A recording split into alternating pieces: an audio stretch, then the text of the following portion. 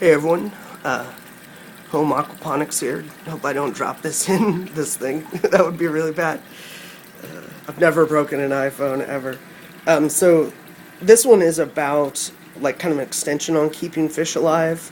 There's a lot more I've learned, and I really need to add a little more onto what I talked about earlier. And the little things have changed for me even too. So one thing is that people like to use salt. That's like a known, like in aquariums for goldfish, they really salt them quite a bit. And I guess the goldfish can take that sodium or whatever kind it is. But in aquaponics with plants, and especially also planted tanks heavily, can't take much salt. So it's, the aquarium industry pretty much says, use salt, here's the salt, we'll sell it to you. And it's like table salt without iodine, I guess that's what it is. But here, the salt content, you're trying to avoid. So what I use is, it's basically just Epsom salt. So I found that now, especially the past couple months or whatever, I started just using that instead of salt, and it has its own, really healing, miraculous qualities to the fish and stuff like that. So, you would want to use some kind of salt, but I'm recommending that you use the magnesium salt because A, it's cheap. I mean, it is dirt cheap, like $4, but actually magnesium may be more healing towards the fin rot and stuff like that, possibly even more than the salt. And you might want a little salinity if you're using reverse osmosis and stuff, but also, it's a balance between plants and fish, and, for instance, there was a bunch of roots I almost could have cut off all the plants because I know they're going to rot because they're no longer attached to the plant, because when I was monkeying around, they kind of ripped off and stuff. And, I'm not going to do that, though, because it would hurt the plants, but then yet the goldfish, that actually might hurt them, as if there's too much stuff breaking down in there. But I don't think it's that big of a problem. Just like I said, water changes. But so let's say just first on the list, magnesium. That's the one that you're definitely going to want to have to help the fish, more so even than the rock salt. But there might be a place for that too. I would say even if you had an ick problem or something, or even a fintail problem, I would do magnesium and the salt. But just be darn careful because you could really mess it up and stuff. So then, like I said, I mentioned also tea tree oil with just about 1/10 amount of clove oil. And that seems to really help too. I've had a lot of breakthroughs. Before I was preaching the word about tea tree oil, and I was saying how much it helped, but I've actually found that a drop of clove with it makes it help like way better. So, let's say that for every 10 gallons you get 10 drops of tea tree, or let's say every 20 gallons you get 10 drops of tea tree oil, and you get 1 drop of clove. And if you do this kind of just like you would supplement Melifex, it's very similar. And the great thing about it is those oils are, if they're 100% oil, they are not necessarily grown organically, but they meet the organic standards that you are not using a chemical to grow. So in that point, the idea of you using a couple essential oils, clove, no big deal at all. Absolutely organic. I mean, someone might really try to fight that, but organic means what's being fed to the plant is not a chemical. It does not necessarily mean what is being fed was grown organically itself. So that is the law, because however, there is also laws about how long manure can stay on the food, and how much flush you'd have to have, that kind of thing. So there's just so much that goes into organic, and even in chemical stuff too. So I do this because actually I think it's easier than the chemical stuff. As crazy as that sounds, mixing up those nutrients really is a chore.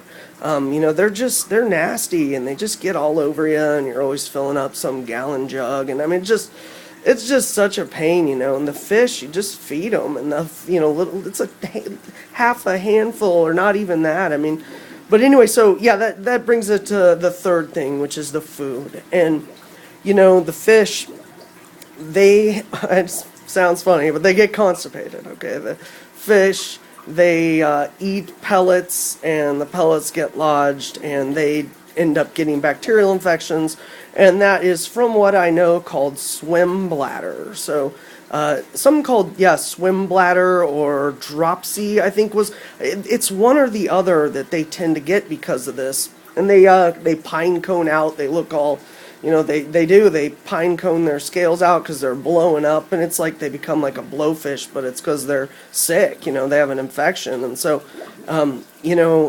yeah, the dropsy, all that stuff. I mean, I've found that the main thing that's not a chemical to treat them is just feeding them flake food first, or even last. Just feed them flake food like half the time, and that gives them like really kind of not, and they're not eating something solid.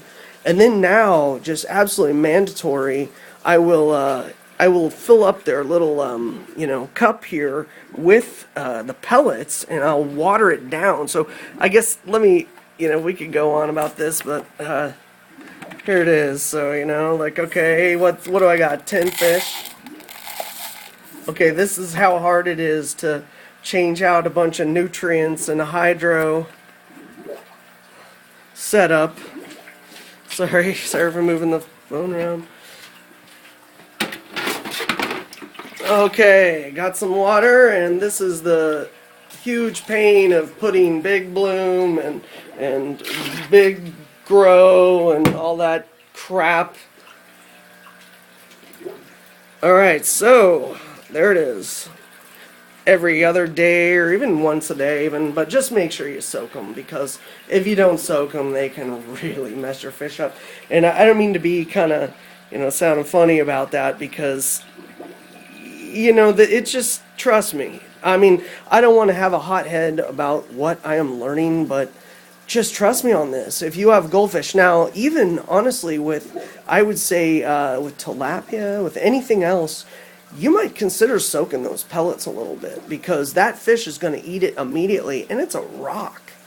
I mean, you know how hard those pellets are? They're worse than a crouton.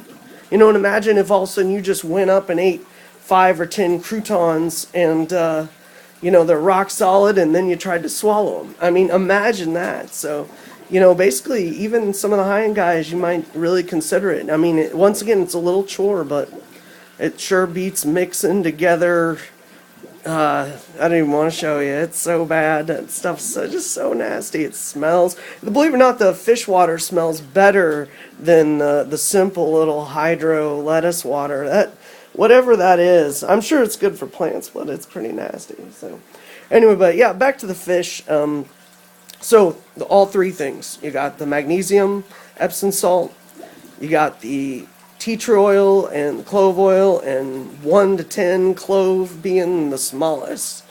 And then the last thing you got the food, and you want to be soaking them. Soak the pellets for at least half an hour or something, maybe more, and then give them the flake food first, and then give them the pellet, and that gives them something real soft in there to kind of keep things soft before they put in that pellet. It sounds simple. I mean, it just seems like you'd want to, I watched your video for 8 minutes and 30 seconds, and it took you that long to get to the point, so. But I hope I'm giving a lot of information here, because it's not easy when a fish dies on you. I mean, it doesn't make your evening. You come down, fish is dead. What am I doing wrong? So I definitely mentioned that in my last video. It's just how, it just gets old. First it's heartbreaking, and then it's like this deep shame of like, I don't know how to take care of these things. And then, after that, you're, it just becomes this hassle. It's dead fish, and so I don't know. It's, I'm just saying, obviously honor the fish, and I do try to also honor the fact that I am using live animals to do this. And so there is somewhat of a, is this okay as far as a vegan concept in life and stuff, but I'm not totally vegan either, but I eat chicken once in a while. I hate to say it, but I'm mostly vegetarian. But no, this the fish, they are live animals, and I was just reading something up Sinclair's The Jungle, somehow that came up, and I do sometimes question, like, okay, I got these dying on me, and then I got my own problems killing them, and then and then I feed them, and my feed's gonna about explode their stomach, and so it really it's interesting. I'm telling you that there is some side of it where you're dealing with a spiritual, kind of, I don't want to say like Native American fish experience, but there's this care, this ancient, cellular memory of us caring for fish, or fishing for fish. I mean, that was a huge part of our, culture. It's what got us here as a civilization, basically. And so anyway, yeah, the fish, have some reverence for them. I guess that's all I'm saying. And you'd be surprised, they actually start liking you, and they'll come to the top while you're near, and they're wanting food too. But I mean, they don't do it. They do it in a really gentle, playful way. So anyway, just and then one thing last, I guess. Yeah, sorry, Mayday. Fourth thing is the heater. That's only 150-watt heater, or maybe it's even only 100-watt heater, but it's just enough to keep it just, you're not freezing your fish down here in the wintertime and stuff, and it is, there's snow on the ground outside, so, I got a 100-watt heater, just enough to keep them, probably not even higher than 72 degrees. I can't imagine that it was even anywhere near over that, so, but yeah, and that's it. So, and then also, God, so many things for the fish. Make this a educational video. Imagine it's PBS. The fish, this has been a big help too. And I talked about this earlier as far as, making and the bacteria growing into the, the kind of nitrogen the plants need and stuff. But in this case, with the fish, that's mostly what this is here. It's just, those are shower poofs, and I've got it divided in two in case one gets clogged. And I've got some pretty interesting features here for the fish too, because that's a whole nother thing, is that their food, see how I've got the drain actually at the bottom. There's holes drilled in the PVC at the bottom, and what that does is it keeps that flake food, or it keeps those pellets from floating down what would be this, you see. So that keeps that from getting clogged, which is a nightmare. It was a super mess. It's just nasty, and you wouldn't believe how much crap starts building up because of if you didn't have those angle bars, I guess, down to the bottom with the drains. So, getting their waste out is not only beneficial for the plants, it's beneficial for the fish. And everyone thinks you want the fish manure, but you actually don't. You don't want any of that. And see, you want to catch all that and then get it back to clean. And then you have these bubbles clean it. So, yeah, I mean, once again, if I was talking about plants, you're going to hear a similar story. But if it's with the fish, it's also a similar story in any kind of high-end aquarium filters and stuff. Yeah, most aquarium filters are a total joke. I mean, you could build something like this and have yourself a crystal clear blue aquarium, but most of those little filters they sell at stores, not anything what you need to really pull the water. Because you think about it, most of these fish live in rivers or high tide kind of currented oceans. So they're swimming. I mean, the reason those schools are going in different directions is because partly the currents. So, all right, yeah, that's it. That's it on fish. Take care of fish, appreciate them. Magnesium, you got your tea tree and your clove, and then you've got your water temperature. I'd really like to throw that in there. And then obviously filtration. It just keeps adding up here. All right, thanks a lot, Home Aquaponics.